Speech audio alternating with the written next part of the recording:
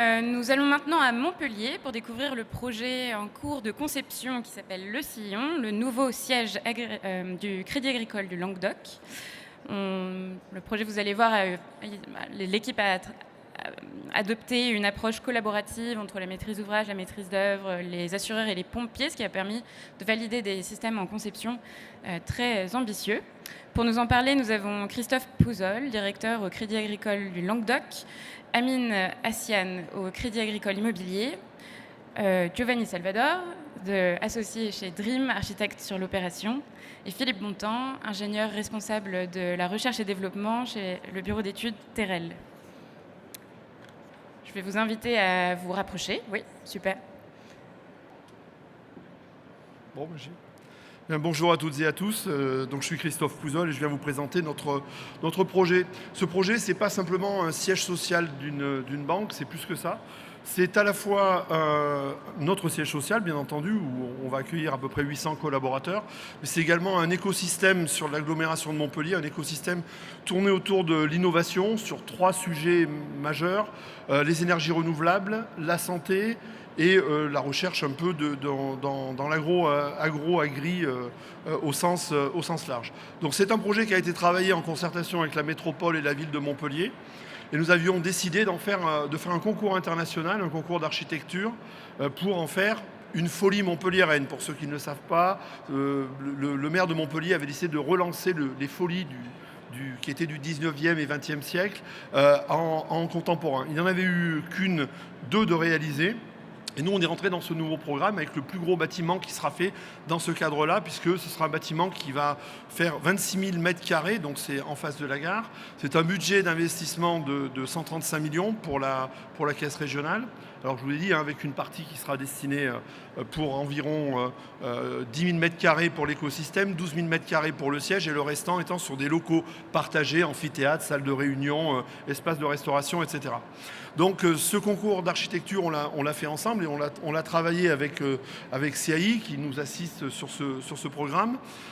Et donc c'est l'architecte Dream qui l'a emporté avec un projet ambitieux.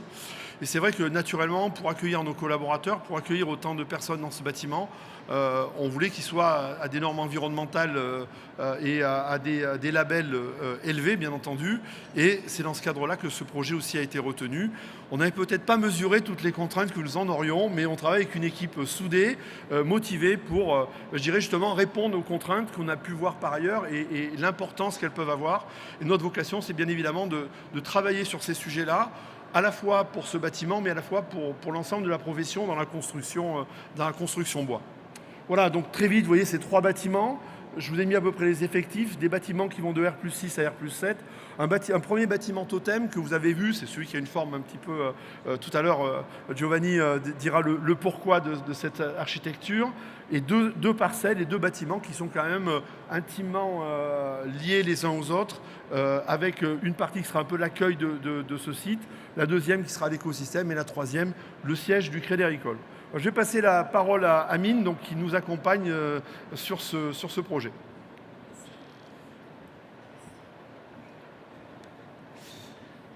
Je me présente, donc Amine Hassiane, Crédit Agricole Immobilier, maîtrise d'ouvrage déléguée sur l'opération. Nous accompagnons la Caisse du Languedoc sur cette opération depuis 2022. Et une des ambitions majeures, d'abord, c'est les ambitions environnementales. Mais je vais être très succinct parce que l'objectif, c'est de parler aujourd'hui de toute la structuration et tous les essais sur lesquels nous accompagne Terrel et bien évidemment Dream. Mais avant tout, ce projet date de 2022. L'objectif de la fiche de l'eau, lorsqu'on est intervenu avec la CERM de Montpellier, était d'avoir un BDO argent. Nous avons été chercher un BDO or. Lorsque vous allez voir les images du concours, c'était une structure en bois. Et aujourd'hui, comme on l'a présenté avant, la structure bois, vu la doctrine, si on veut garder le bois, si on veut maintenir le bois, il faut l'habiller ou alors rentrer dans une structuration et montrer le savoir-faire pour établir des essais-feux qui sont en mesure de nous rassurer sur la réalisation, la pérennité et surtout la sécurité du projet. Et à travers cette mise en place, les essais-feux, je laisse la parole à Giovanni, donc architecte chez Dream, qui ont remporté le concours international et qui nous accompagnent et qui construisent et conçoivent le bâtiment. Bonjour à tous.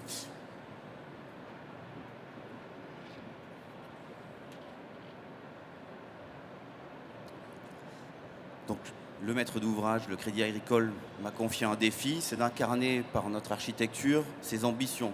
Il vient de vous les donner. Vous êtes venu voir un atelier feu, vous n'êtes pas venu voir une présentation de projet.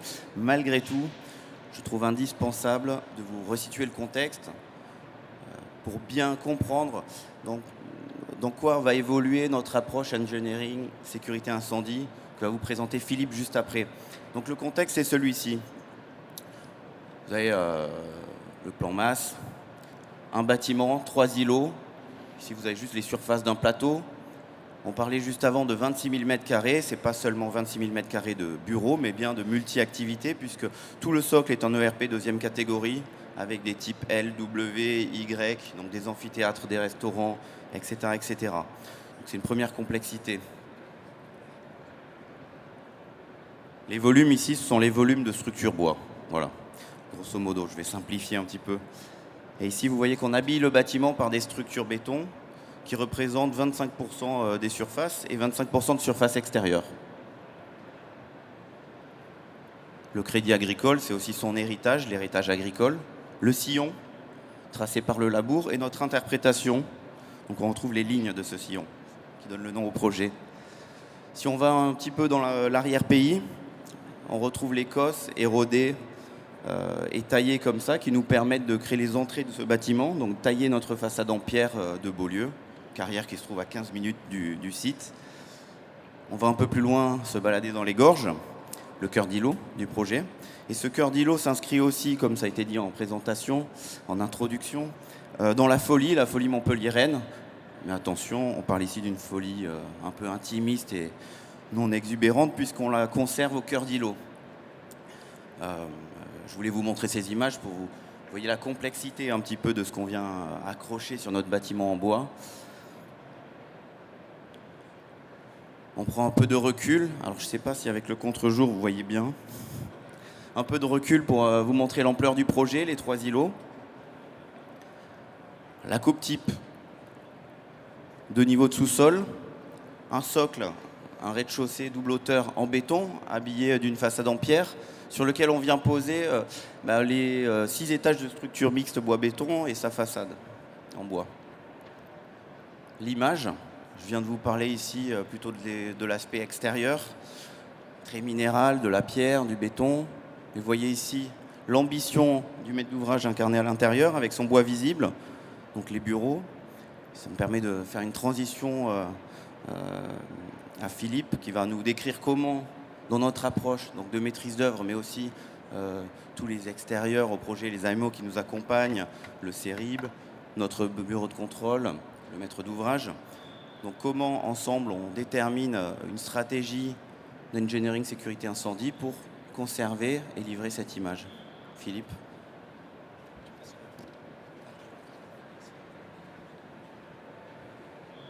Étape numéro 1, dès la phase concours, parce qu'il y a eu plusieurs projets. Le nôtre était particulièrement décarboné avec l'usage du bois. Étape numéro 1, le SDIS 34 nous prévient, nous avons comme référentiel la doctrine parisienne.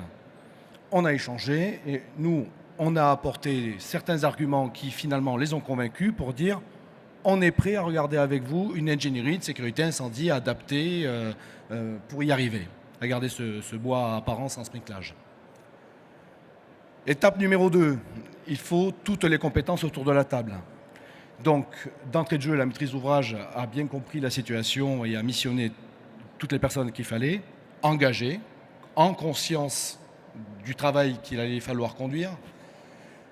C'est-à-dire, donc, vous en doutez, l'équipe de maîtrise d'œuvre, mais aussi le contrôleur technique, un laboratoire agréé qui a été retenu, et puis les assureurs pour le compte du maître d'ouvrage.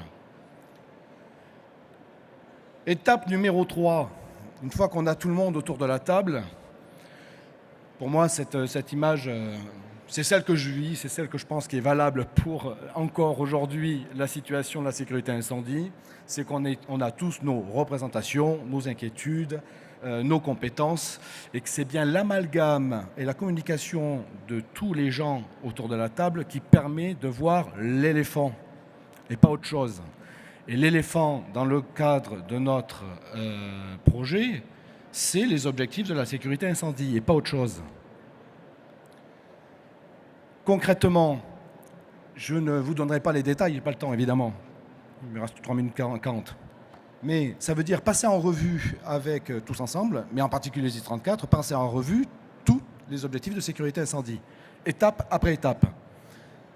Bon, le premier, ça ne pose pas de réels problèmes dans notre projet en ERP. L'évacuation des gens ne posait pas de problème particulier. La deuxième étape, souvent ignorée et que Pierre Prévost a évoqué tout à l'heure, qui est fondamentale pour nous, c'est la phase où ils arrivent et déjà ils cherchent à mettre en sécurité déjà l'environnement, la propagation routière, les gens qui entourent, etc. Ça, par contre, ça fait l'objet de discussions sur notre projet puisqu'on a beaucoup de bois apparent dont la chaleur, par rayonnement, va s'échapper par la façade. Bon, là, fort heureusement, on a pas mal de béton en façade avec les brise-soleil, les coursives qui permettent, et de la distance suffisante aussi, avec les tiers, qui permettaient de se détendre assez rapidement. Puis ensuite, l'intervention d'extinction des pompiers. J'y reviendrai tout à l'heure, mais ça a fait l'objet de beaucoup de discussions et de questions concrètes. Je n'aurai le temps que de vous en présenter un. Une autre étape souvent ignorée ou à minima négligée en termes d'intensité d'effort, de temps de travail, donc encore une fois, Pierre Prévost l'a évoqué tout à l'heure, c'est qu'une fois que les pompiers ont déclaré le feu éteint, attention, c'est pas fini. Ils se reposent quoi 30 secondes. Vous vous arrosez un petit peu, et puis ils y retournent et il faut tout dégarnir. Alors jusqu'à bois ou pas bois, c'est déjà ce qu'ils font aujourd'hui. Seulement là, en plus, lorsqu'ils font ça, il faut qu'ils pensent à dégarnir un peu plus et que la structure qui a subi une combustion, elle-même doit être dégarnie un minimum. Peut-être pas tous les poteaux à 100%, comme on l'a vu tout à l'heure, avec 1 heure, mais un minimum quand même. Voilà, et ça prend du temps, ça doit être prévu dans les protocoles. Il doit y avoir des outils certainement adaptés, on en a proposé. Bon, en tout cas, ça c'est une phase souvent négligée et à mon avis à tort. Et puis la dernière, qui n'est même pas à l'ordre du jour aujourd'hui, puisqu'on ultra focalise sur la réglementation, c'est normal. Parce qu'on focalise sur la sécurité des personnes, c'est normal. Mais enfin, un bâtiment doit être assuré, et surtout dans le cadre de notre projet, le maître d'ouvrage, il est occupant, et il a quand même quelques préoccupations sur la résilience de son activité, sa réputation. Et puis l'assureur aimerait savoir que si jamais un jour il y a un départ de feu, est-ce que le projet au bout du bout, c'est on rase le bâtiment, ou s'il est juste possible de s'occuper de réparer, et de mettre en sécurité et réparer juste un étage, voire 2, celui de dessus éventuellement si ça s'est un peu propagé, certainement celui de dessous à cause de l'eau. Bon, voilà l'enjeu. Bref, ce que je vous invite à faire, puisque on ne peut pas rentrer dans les détails, je vous invite quand même à avoir des lectures. Alors pour les plus courageux, c'est excellent.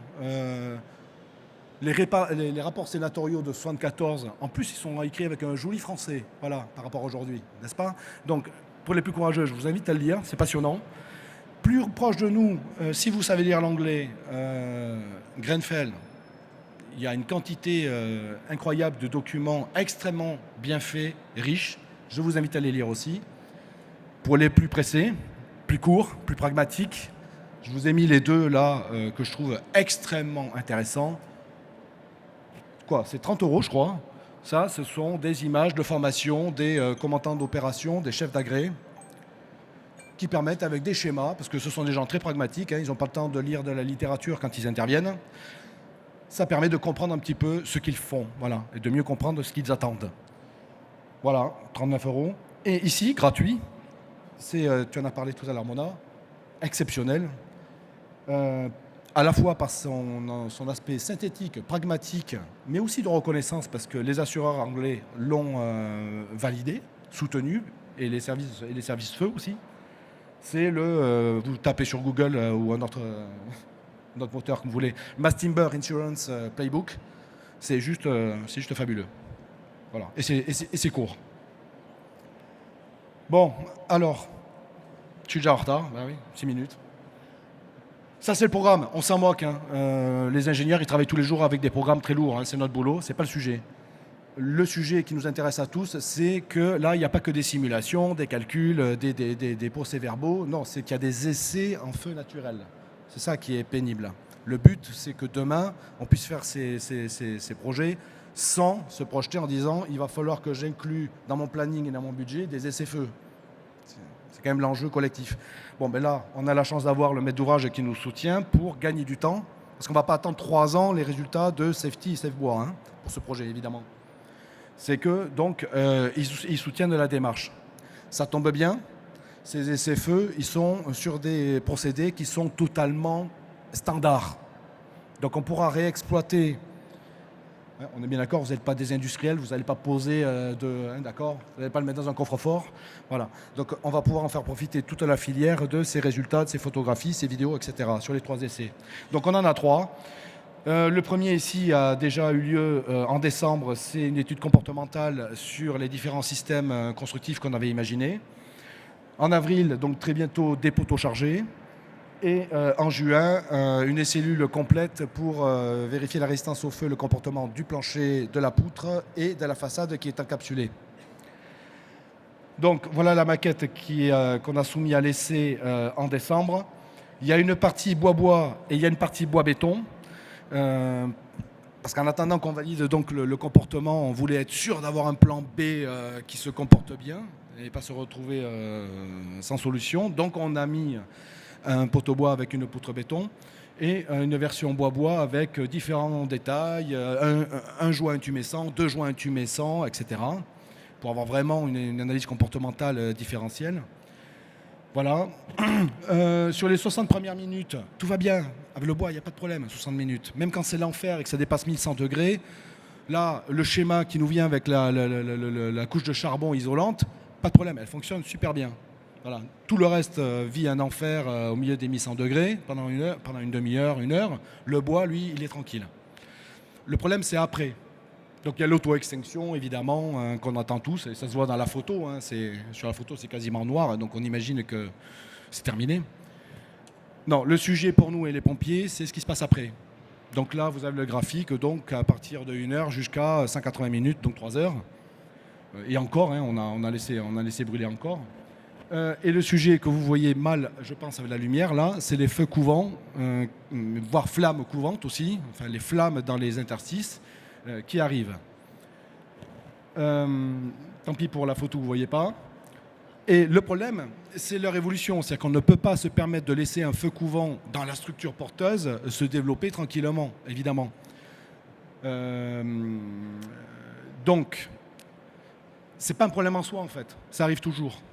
Le sujet, c'est comment eux les repèrent ou pas. Et une fois qu'ils les ont repérés, est-ce qu'ils peuvent les attaquer alors à la lance et à la hachette, quoi. Et c'est ça l'analyse qu'il faut conduire. Ouais, j'ai fini. Et avec notre analyse comparative, on a pu constater effectivement qu'il y avait des situations critiques pour eux, parce qu'ils ne pouvaient pas les voir. On les voit peut-être 5 heures après, c'est-à-dire quand c'est trop tard, quoi. Quand l'aluminium à l'intérieur il a fondu, etc. Parce que là en plus on avait de l'aluminium.